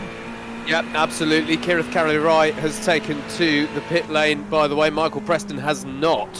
So he was able to recover from his little skitter across the gravel, as there's a moment in front of the championship leader as Simon Young overcooks it in the second Degner, and that's going to give a look in for George Palozzi to come down the inside. Nice little opportunistic move there for Palozzi, but by and large the theme here is that Josh Ladd is a man on the move. Yeah, he dealt with that well. Simon Young having problems, it would seem, with Degner 2 tonight, and Josh Ladd's going to go down the inside into, and Palozzi just about gives him enough room there into Spoon to go side by side for a moment. He's going to try and get the toe up towards 130R. The shadows lengthening here at Suzuka on board with Josh Ladd. He's going to have the inside line for 130R. Surely there's nothing that George Palozzi is going to be able to do about this, even if he tries to hang around the outside. Oh, there's contact door to door between Josh Ladd and George Palozzi. I don't think there was much Josh Ladd could do about that. He was on the ragged edge as up the inside goes Alexander Cobb in the Hello Kitty Pinkmobile. And then I think it's Hicks and Sanders just behind. Well, what an enthralling start to this race. Simon Young, I think, is into the pit lane, as I think he's got damage. Here is David Whitehouse and Jack Jensen going over the 3rd place there. Did Jack Jensen get that move done? Contact between Cobb and Palozzi there with Sanders and Hicks just behind. Tom Banks has had a spin. He's recovering now out of turn 1. Action everywhere you look, Howard. Yep, I don't quite know where to point these cameras at the moment, mate. This is absolutely brilliant. Have you got any fingers left, or have they all dropped off of pressing all the buttons? This is crazy out here. It's a nice problem to have. Let's put it that way. Sam Sanders hounding the back of Steve Hicks as he himself tries to find a way through on Alex Cobb. These are two of the drivers, Andrew, who we spoke about in Sam Sanders and Alex Cobb. Late entrance into this year's championship, doing that disruption that we referred to earlier for Hicks. Yeah, they are indeed. So I'm just starting to do my points tallies now. So as things stand, off the back of race 1, Michael Preston, if he was to win this round, would finish on 397 points. If Josh Ladd was to finish in 2nd place, it would be 200s and 298s. And that would be, a moment, ladies and gentlemen, 396. So it really is all on this race. Could even come down to fastest lap this, Howard, if Josh Ladd and Michael Preston take a win in a 2nd each. We wait with bated breath. A lot more to go in this one. There is Michael Preston for 9th place. Is that a spin for Sam Sanders into the Casio triangle? I think he just got caught out there in the braking zone. Yes, it was. Well, that's a free gimme for Michael Preston. Gets him up to 8th place.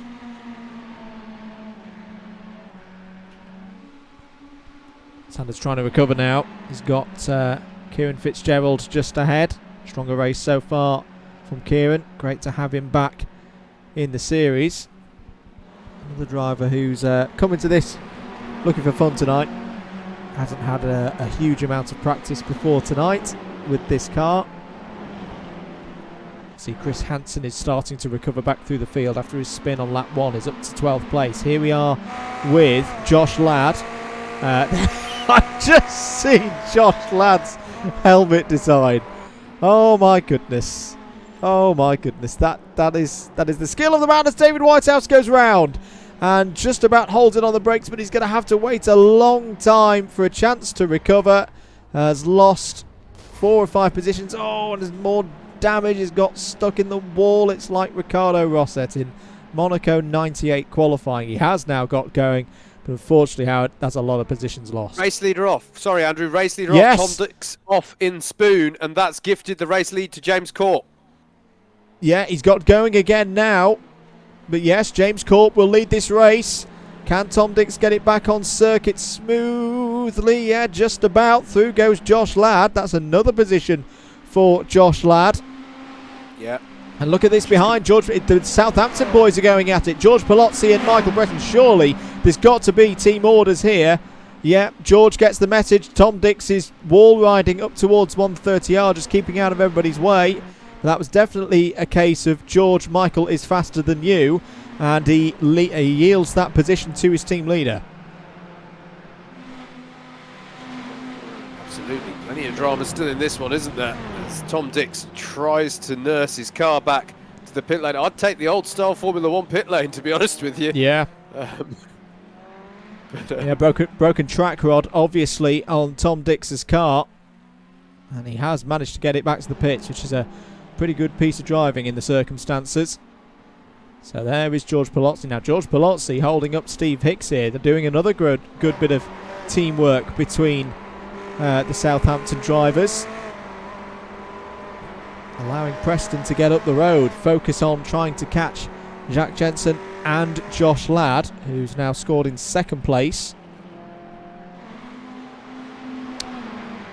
So drivers who've had trouble then in this race so far. Andrew Dawson didn't take the start. Kirith Kalirai, incident on lap 1. Simon Young, incident on lap 2. Tom Dix, we've just seen his incident on the last tour of the circuit. Ed Keithley was in trouble on lap 1 as well. David Whitehouse has had a spin in recent laps. That's everyone who's, as I say, had problems so far. 13 runners left in the race for what you'd call a position to write home about. Here we are now, Howard, on board with Steve Hicks, still looking for a way past George Palozzi. Absolutely, and I'm not sure if we've covered the significance, Andrew, that Michael Preston is now ahead of Hicks, which obviously wasn't the case in the early phases because Preston had the off moment in lap 1. So this has gone, although he's made good progress up the order, make no mistake about that, up in 6th place, this is not going the way of Steve Hicks at the moment. No, it's looking like it's going to be 3rd. He has got to get by here. And we've already seen tonight that Palozzi can put up a stern defence as there's a bit of a wide moment there for Alex Cobb through 130R. Just having a look at... I should mention Kirith Kalirai is streaming tonight. He's streaming his point of view. If you do want to go and check that out, we'll stick it in the chat. Obviously, keep things locked here on the official broadcast, where you can see everybody racing as Steve Hicks now looks up the inside of George Palozzi into turn 1. George is going to try and hold it around the outside, but the inevitable change of position is there for that corner. But I think George has done his job there, Howard, as Tom Banks and James Fremont's having a little bit of a contretemps through turn 1. George Palozzi, just to go back to him though, spot on job there, has helped his teammate big time to get a good gap over one of his championship rivals. Yeah, absolutely. And here's the next move in the championship chess match, because Michael Preston has caught onto the back of Jack Jensen and is really putting them under pressure as they head towards the hairpin. Will he go for a send into the hairpin? Yeah, and gets it locked down very, very well. That is one of those moves, Howard, that on the TV screen looks really simple, but it's anything but.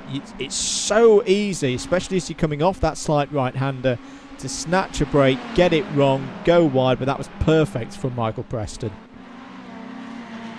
Yep, absolutely well judged. And yeah, you can get so hot-headed, really, going for a move like that into the hairpin, not least that one, or the hairpin here at Suzuka, because you've got that slight right-hand kink before the hairpin. And the start of your braking zone is sort of as you're navigating that, really, so it's very easy to misjudge how you're all going to splay out as you enter into the hairpin after that right-hand kink and misjudge it. So, as you say, they make it look easy, but there is a certain degree of skill in pulling that off with such aplomb. Bit of damage to the front left of Craig Brown's bodywork. What we can say is he'll have a very cool outside shoulder of his front left, and I think he's going to come into the pits as well. Yeah, get that repaired. So Craig Brown in for his mandatory pit stop. We'll take some fast repairs as well with that. Get back into the race. Here's Simon Young in 15th place. Kirith Kalirai just behind. Ed Keithley ahead. Perhaps not quite been Simon's night tonight here at Suzuka. No, perhaps slightly unusually for a reverse grid race, mate. There's more field spread in the early phases of this than we saw in race number 1. Yeah, I think that's it's going to be as a result of some of the incidents that we've had so far in this one. 13 minutes gone, 27 to go. Out comes Craig Brown from his pit stop, and will slot in behind those who haven't technically, I don't think, have done their mandatory pit stop yet, because they came in for significant levels of damage at the start of the race. So they were inside the point at which you can come in for your mandatory pit stop after a few laps. So they could try and hang it out till the end, could they not? They could. They could indeed. Sure Matt Hale has spotted a good one here. David Whitehouse going for the undercut. So David Whitehouse has come in and done his mandatory pit stop in 18th place now. So let's keep an eye out for the 308. Yep, very good. That's the Ferrari 308, not the Peugeot 308. There he is. Back out on circuit.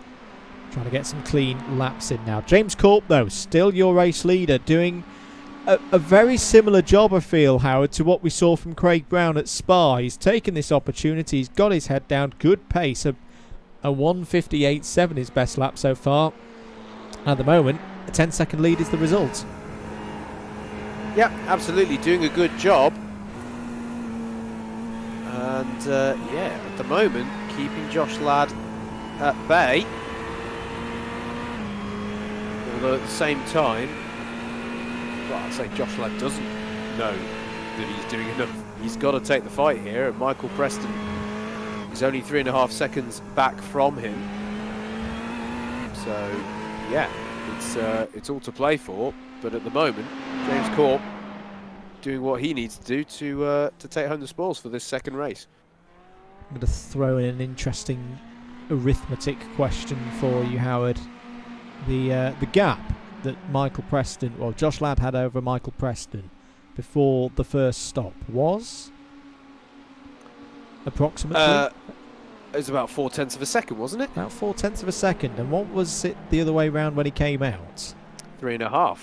3.5. Well, at the moment, Michael Preston is 3.5 seconds behind Josh Ladd in this race. So if he can pull that same trick again, it's going to be very, very close between those two drivers in the second half of this race. It is not all done yet for Michael Preston.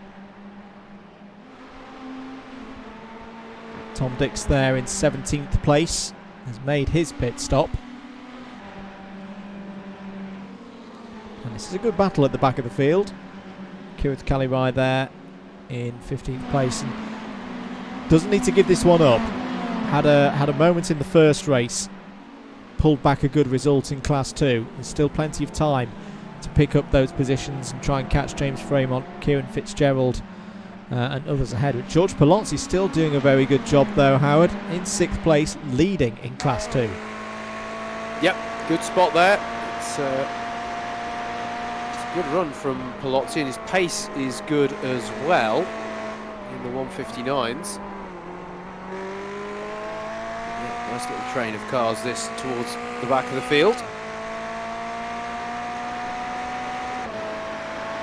Really nice time of day to be watching some Ferraris around Suzuka, isn't it, in the sim? And this practice... Oh, as round goes Simon Young, coming out another victim of 130R into the wall. Probably lost... Well, no, hasn't lost his rear wing, but has kept that.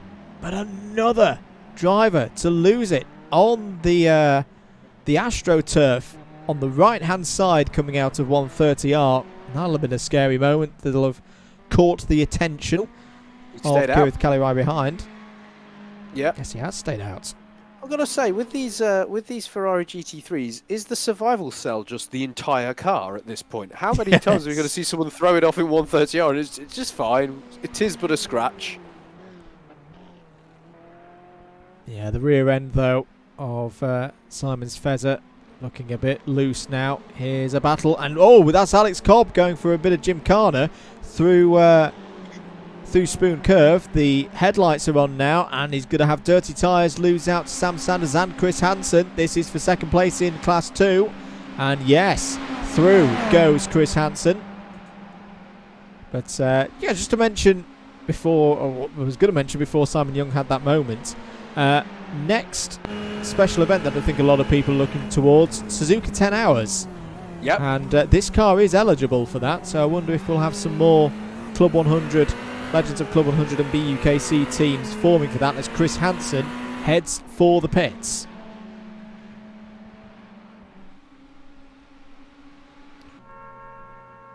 So he'll come in for his mandatory pit stop, and I think this will promote Kieran Fitzgerald up to 9th, James Fremont up to 10th, and as mentioned in the chat by Matt Hale, Kieran Fitzgerald having a really strong run in this one. James Fremont pits, support for Sam Sanders coming in as well. Here is Kieran Fitzgerald running the 56, best number of the lot. You're not biased there. No, I'm not biased at all on that one. And as I've already mentioned, his sponsor tonight reminds me, in a week's time we will be getting ready to rock Cup Super Final here on DDMM. We'll be providing English commentary for the international finals for Rock Cup categories across the globe, including the representation from Team GB racers who've participated in Super 1 Series in 2021. The lineup for that GB team was announced on the Super 1 Series social media earlier this week. It is very, very strong. It's an expanded team from 2020. 2020 obviously very restricted by you-know-what. But very much looking forward to Rock Cup Super Final, coverage of which will start Wednesday next week, running through to the big finals day, which will be live streamed across the world on the Saturday. All the details, make sure you're following at Double Dash MM on all the various social medias, Facebook, Twitter and Instagram in the days to come. Here we are with Sam Sanders, 7th place at the moment for him. Howard, oh, gets very out of shape. And George Palozzi goes for the pit lane. Sam Sanders goes for another lap. Yeah, I don't think he was expecting Palozzi to go to the pit lane at all there. He was eyeing him up for the move before suddenly realising what was afoot. Steve Hicks in the pit lane as well, so is Alexander Cobb. So it's going to be interesting to see how these come out. Yeah, and whether they've got the strategy right. The gap between Josh Ladd and Michael Preston, by the way, is 3.7 seconds. Sounds like a lot. In normal circumstances, is a lot. But the move that Michael Preston pulled in race 1 means that is not a certain lead for Josh Ladd at the moment. I am also keeping an eye on the fastest laps so far. That's David Whitehouse, who's just letting James Corp by. James Corp still out there leading in this race. 7.88 seconds is his lead over Josh Ladd. But at the moment, if the result was to stay this way, I'm thinking Michael Preston will still win this, because he will have, even in the tie-break situation, 1 win to Josh Ladd's 0. First and third would win over 2 second places.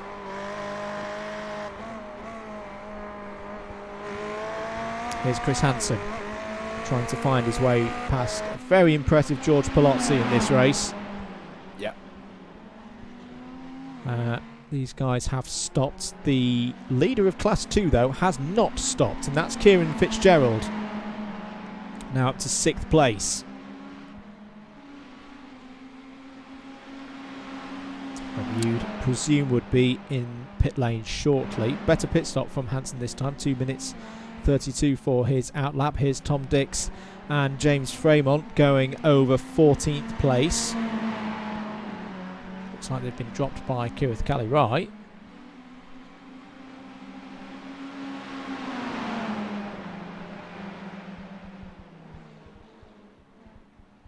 Sam Sanders and Jack Jensen in the pit lane. Still no pitting from our lead 3 though. Or Kieran Fitzgerald for that matter, so Kieran goes on for at least another lap. Sam Sanders will emerge from pit lane ahead of, and that's crucial, that is crucial in the story of this race. Steve Hicks has gone out ahead of Sanders and Jensen there. Yeah, so Steve Hicks, the highest placed of those who have pitted at this point. Pushing hard here as darkness falls around Suzuka.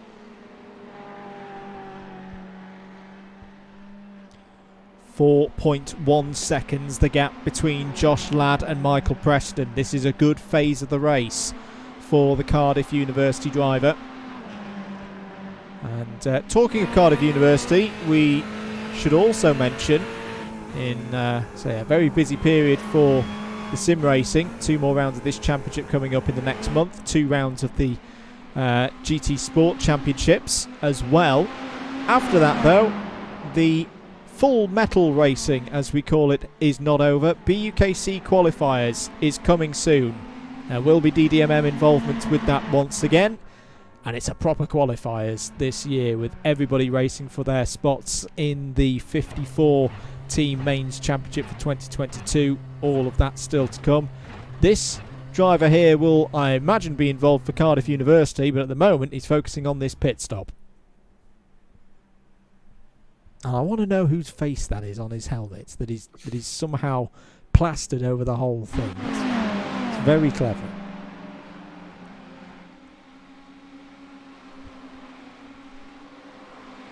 Here's George Palozzi as Josh Ladd re-emerges from the pit lane. I think Kieran Fitzgerald has... No, he's not been in. No, Kieran Fitzgerald is still out there circulating. There he is. Tom Banks is in for his mandatory stop. It's looking like, Howard, those drivers that made the earlier stop have gained a bit out of this. They've worked well together. Yes and no. I'm wondering if there's some drama that's befallen David. Well, oh, of course, we saw him losing the time, didn't we, on that spin in Degners for Whitehouse. So he was the early attempt at well, he was the early attempt at an early stop, the earliest attempt at that, shall we say. Michael J. Preston with the fastest third sector on this lap. He's pushing hard. As we say, there were some mid-158s. Oh, it was wide. Goes Jack Jensen there. Can he get it stopped for Degner 2? No. Well, he's just about going to get it stopped, but he's lost 2 positions. Through goes George Palozzi. Through goes Chris Hansen. That's 7th and 8th for them, respectively. Yeah, that was expensive for Jensen, as James Corp, race leader, is on the is into the pits, as is Michael Preston. Critical stops here, Andrew, in the story of this race. This is it, folks. This is the pit stop. These are the pit stops that could decide who's going to be the 2021 GT Legend for the Legends of Club 100 and BUKC iRacing Championship. James Corp starts the fueling, as does Michael Preston. Where is Josh Ladd going to be in relation to these two drivers? Away goes James Corp. There is Josh Ladd in the red Ferrari behind. Here comes Michael Preston. It's going to be very close again. Can Michael Preston get off the pit lane speed limiter? James Corp will lead. Here is Michael Preston. There is Josh Ladd. So Josh Ladd has held on to second place. He's obviously tuned or changed something from race 1, because this time, Howard, the stop times very comparable between the two championship leaders. Yeah, Class 2 leader in as well, Andrew, and that means that George Palozzi inherits the lead in Class 2, but not with all that much comfort in hand, because he still has the close attentions of Chris Hansen. He does indeed, but this has been a brilliant display from George tonight. Away goes Kieran Fitzgerald. Where is he going to come out? He's going to come out in 12th place. Good run there from Kieran. That's Tom Dix just in behind in 13th place. So, 12.5 minutes to go. The order looks like this. James Corp leads here at Suzuka. Josh Ladd in second place. Michael Preston in third. Steve Hicks fourth, Sam Sanders fifth. They are all Class 1 runners. They're all where we'd expect them to be. George Palozzi still leads there in 6th place overall. Leader in Class 2. Chris Hansen, though, is just behind him, less than a half second between those two. Jack Jensen is in 3rd. Alexander Cobb having another strong run in Class 2. 3rd in Class 2, 9th overall. Ed Keefley wraps out the top 10 overall. Kirith Kalirai is in 11th. Kieran Fitzgerald is in 12th. Then it's the two Toms, Tom Dix and Tom Banks, 13th and 14th. James Fremont, 15th. Craig Brown not able to repeat the heroics of Spa here at Suzuka tonight, is in 16th place. Simon Young, 17th. David Whitehouse, 18th. One retirement, Andrew Dawson. Chris Hansen having a look here at George Palozzi into 130R, but Palozzi's going to hold it round the outside and manages to keep it within track limits as well. But you feel now, Andrew, like this one, as a battle, is nailed on till the end for Class 2 honours. It is indeed. Best result so far for George in these Ferraris was an 83-point score at Montreal, which was the 3rd event of the season so far. Light continues to fade here in Japan. But George Palozzi, he seems quite happy with soaking up the pressure at the moment, Howard. He's not being intimidated by Hansen. No, it's a good point. Soaking up that pressure well so far. So it becomes a bit of a stalemate through the S's. Very unlikely for there to be a passing opportunity there. And then up the hill towards the Degners. Both drivers still happy to push into there. Good little battle. And those behind will be fishing for any scraps that may present themselves as a result of this battle. Just looking at the time, 10 minutes to go. What is the pace like between James Corp and Josh Ladd? Because here's something that we haven't talked about, Howard. If Josh Ladd can get ahead of James Corp in this situation, with Michael Preston in 3rd, he will win the round. Well, he'll win the race, he'll win the round, and he'll win the GT Legend Sub-Championship. So there's a lot of reasons for him to keep pushing to close down the 3 point. In fact, that's a lot less than 3.6 seconds. It's 0.2 of a second, and here it is. Here is Josh Ladd's opportunity. Can he get it into turn 1? No, he's just going to wait and bide his time. But all of a sudden, this situation in this race, in this sub-championship, has completely turned on its head. Yep, there has to have been a moment for James Corp on that last lap in the final sector, because this has all changed now. That's David Whitehouse just behind them, but you can see in the background there, Michael Preston is not that far off of this one, Andrew. And this is a tough moment for Michael Preston, because he's out of control of this now. if Josh Ladd gets by James Corp, Michael Preston, if he wants to be the GT Legends champion, he's got to chase down James Corp, overtake James Corp, and make sure that he's got a faster lap over the course of the evening versus Josh Ladd. And he is pushing hard now.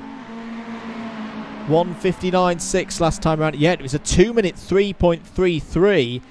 I can only imagine that James Corp got a little bit stuck up behind David Whitehouse, like trying to get through. A little look there from Josh Ladd into Spoon. Nothing doing. We know from incidents involving Sebastian Vettel in a Ferrari how that can go wrong. This is classic Josh Ladd stuff here, Howard. He's just biding his time. You get the feeling that he's got more speed. It's only a matter of time before he makes a move. Here he goes on the inside into 130R. He's there. There's nothing Corp can do about that, and Josh Ladd leads. Crucial move for Josh Ladd, not just in the race, not just in the round, but in the championship. And that is the gauntlet being thrown down to Michael Preston. 7.5 minutes to go. By my book, that's 4 laps. That is 4 laps for these drivers to sort this one out. You saw Michael Preston on the lights there to David Whitehouse. He wants to get through. He doesn't want to lose time behind the 308, but he's caught him in a bad spot here, Howard, and Whitehouse is going to let him through. That's wise driving. It's a bit close there on the on turn 2, but that's good because Michael Preston can now get back up to speed and not lose time through a very tricky portion of the circuit. Here's Jack Jensen, change for Class 2. Chris Hansen has got ahead of George Palozzi there, and the AlphaTauri almost Alex Albon-like DTM car there with George Palozzi is now in 7th place. Yep. And if you're Chris Hansen, that's how you want to finish your GT Mini Series championship run, isn't it? He'll be keen to hold on to this position. And Palozzi is actually coming under the pressures of Jack Jensen, trying to recover a little bit after an incident a few laps ago in this very part of the circuit, if memory serves correctly. Yes. One that he's saved pretty well. It could have been a lot bigger for Jack's number 52. A 1:58.92 the last lap from Michael Preston. He is pushing. He is pushing, Andrew. 1.5 seconds is the gap to James Corp ahead, but James Corp has the benefit of a bit of slipstream at the moment. As I can hear crunchy noises over my headset, but it's none of our top 3 at the moment. Less than 6 minutes to go. Michael Preston into the Casio triangle. Has he got something in reserve? As David Whitehouse is in the pits again. He's out of this race, unfortunately. 1:59.09 for Preston. 1:59.11 from James Corp. The lap times, Howard, are very, very close across this top 3. Michael Preston has got to dig really, really deep now to get this result side by side. Palozzi and Jensen, and here comes Alex Cobb in all of this. This is over 7th place. Cobb trying to go round the outside of Jack Jensen now. Will get a bit of slipstream off the back of the AlphaTauri entry, and he's got 8th place. Yeah, nice little exchange there. Good battle going on here. This man here needs to get himself up and into some battles if he wants to have a chance with this championship. 1.25 seconds. It looks like Preston is quicker in the first sector or so, but he's pushing so hard. Loses a 10th there. The situation is as such. If Michael Preston can get past James Corp ahead of us there in the black and green Ferrari, it will tie the points up here tonight for round 11. Now, we need to have this confirmed out, and I'm sure Hixie will be furiously working it out after this race finishes, but I'm pretty sure that Michael Preston has the fastest lap of the evening so far. He was down in the mid to low 158s in the first race. Nobody has done that in this second race, but he's still got to get past James Corp before that becomes a factor.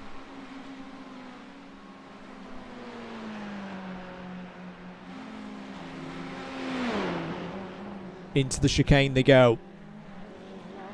The gap is not coming down across the course of the lap. It's gone back up to 1.4. So clearly Michael is a lot happier through the first portion of the circuit, but it's then the second half of the circuit where the top speed comes into force, where James Corp is able to pull the gap out again. And of course it's probably because he's still got that slipstream behind Josh Ladd. I wonder here, Howard, we've seen in Formula 1 these situations at times. Josh Ladd almost, it's the Lando, can you keep that driver in your DRS please? He wants to pull James Corp along here. Yep, absolutely. Still battles going on though further down the field. This is Alex Cobb side by side with George Palozzi, and Palozzi is still going to cling on there for 7th place. Brilliant battle into the darkness here. But we have not got long of this one to go. Michael Preston, Andrew, is running out of opportunities here.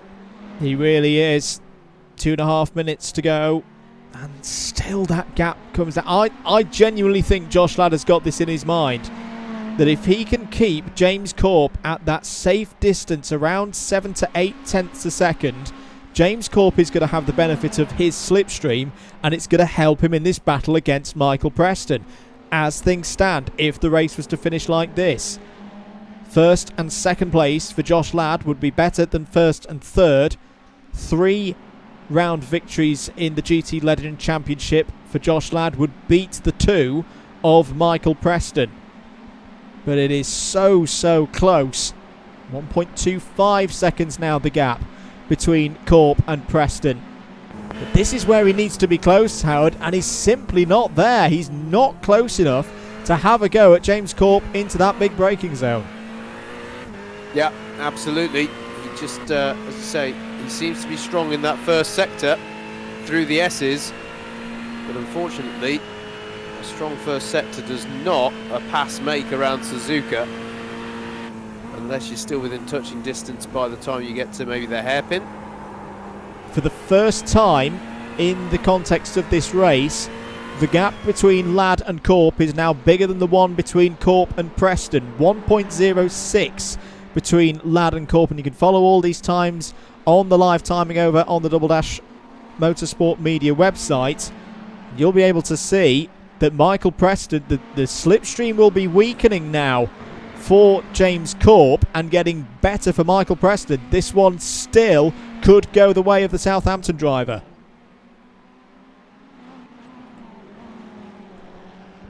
Oh gosh, it's close, isn't it? I wonder if Corp is aware of quite what a crucial role he's playing right now. And I think this is going to be the last lap, isn't it? We're going to time out on 40 minutes on this lap. There's only 30 seconds to go. It's now down to corners for Michael Preston to get himself back into 2nd place in this race. Otherwise, the GT Legend Championship mini-series and the $15 prize is going to go to Josh Ladd. Oh, he's gone! He's gone! That's it! That is it! Josh Ladd only has to get to the finish line now and is going to be 2021 GT Legend for the Legends of Club 100 and BUKC iRacing Championship. Michael Preston has thrown absolutely everything at Josh Ladd tonight, but for the first time since the 2nd round in this mini-series, he's going to take the top step in this race. He's going to win the round, and a big move in the overall championship as well. Josh Ladd wins round 11 of the Legends of Club 100 and BUKC iRacing Championship. James Corp finishes a brilliant 2nd place. Michael Preston took it to the last lap, finishes there in 3rd. He'll be 2nd in the GT Legends Stakes. This driver will be in 3rd. Steve Hicks finishes in 4th. Sam Sanders, impressive again there, in 5th. Here is Chris Hansen, already Class 2 GT Legend before tonight, and he finishes the season with 5 wins out of 5. It's going to be close on the line between George Palozzi and Alexander Cobb, but it's George Palozzi who takes 7th place, 8th for Cobb, 9th for Jack Jensen, 10th for Ed Keefley, 11th for Kirith Kalirai there over the line in the 999. Tom Banks, a difficult night for Tom Banks with not much practice beforehand. Finishes there in 12th place. 13th place for James Fremont will be confirmed in a few moments' time. Craig Brown has had some good moments in the Ferrari GT3s this season, particularly that round at Spa. He finishes this race in 14th. Tom Dix, even less prep than everybody else, finishes in 15th place. Simon Young, a difficult race for him, in 16th. Kieran Fitzgerald was a factor in the first half of this race, will finish 17th. 2 retirements, David Whitehouse and Andrew Dawson. Howard, I'm going to come out with that short 3-letter word to describe that one at the end. Wow. Yeah, really dramatic finish, wasn't it? That was Michael Preston pushing to the absolute limits, and on this occasion, and rarely we see this, beyond the limits. And that was that. Josh Ladd takes, as you say, the win for the race, the round, and provisionally, we should stress, the championship. As a result, Josh Ladd wins by 1.2 seconds. James Corp, that's a really good result. That is a fantastic drive after a difficult race 1, finishes there in 2nd. Michael Preston wraps out the podium for race 2 and will be on the podium for the round and for the GT Legend Mini Championship. Steve Hicks 4th, Sam Sanders in 5th. Then your 3 Class 2s in that race. Chris Hansen, another C2 win. George Palazzi with one of his strongest drives of the year so far in 7th. Alexander Cobb with his strongest round so far. His very short Legends of Club 100 and BUKC iRacing career there in 8th. Jack Jensen solid 9th along with Ed Keithley also in the top 10. Kirith Kalirai 11th. Tom Banks 12th. James Fremont 13th. Craig Brown, Tom Dix, Simon Young, Kieran Fitzgerald and David Whitehouse were those who took to the track. 1 DNS for Andrew Dawson. Well, the chat seemed to enjoy that one. Thank you very much, guys, for being with us throughout the evening. And before we go, we'll have a run through of all the things you can catch up with in the DDMM sphere over the next few weeks. This weekend, head over to Alpha Live's YouTube channel, and we've got the link on our link tree already over on Instagram, but it's double duty this weekend, isn't it, sir, for us at Wilton Mill in Club 100? It absolutely is. Racing on the Saturday and commentating on the Sunday. Always good to cover some Club 100 action from Wilton Mill. And yeah, we're keeping it with the Club 100 Championship for coverage quite a bit. I hope I'm not about to misspeak. Are we with every single sprint round from now until the end, mate? We are indeed, yep. 3 rounds to go, 3 streams. We'll take you through to the culmination of the 2021 Club 100 Sprints Championships. Also head across to the Club 100 Facebook page, because some big news came out earlier in the week.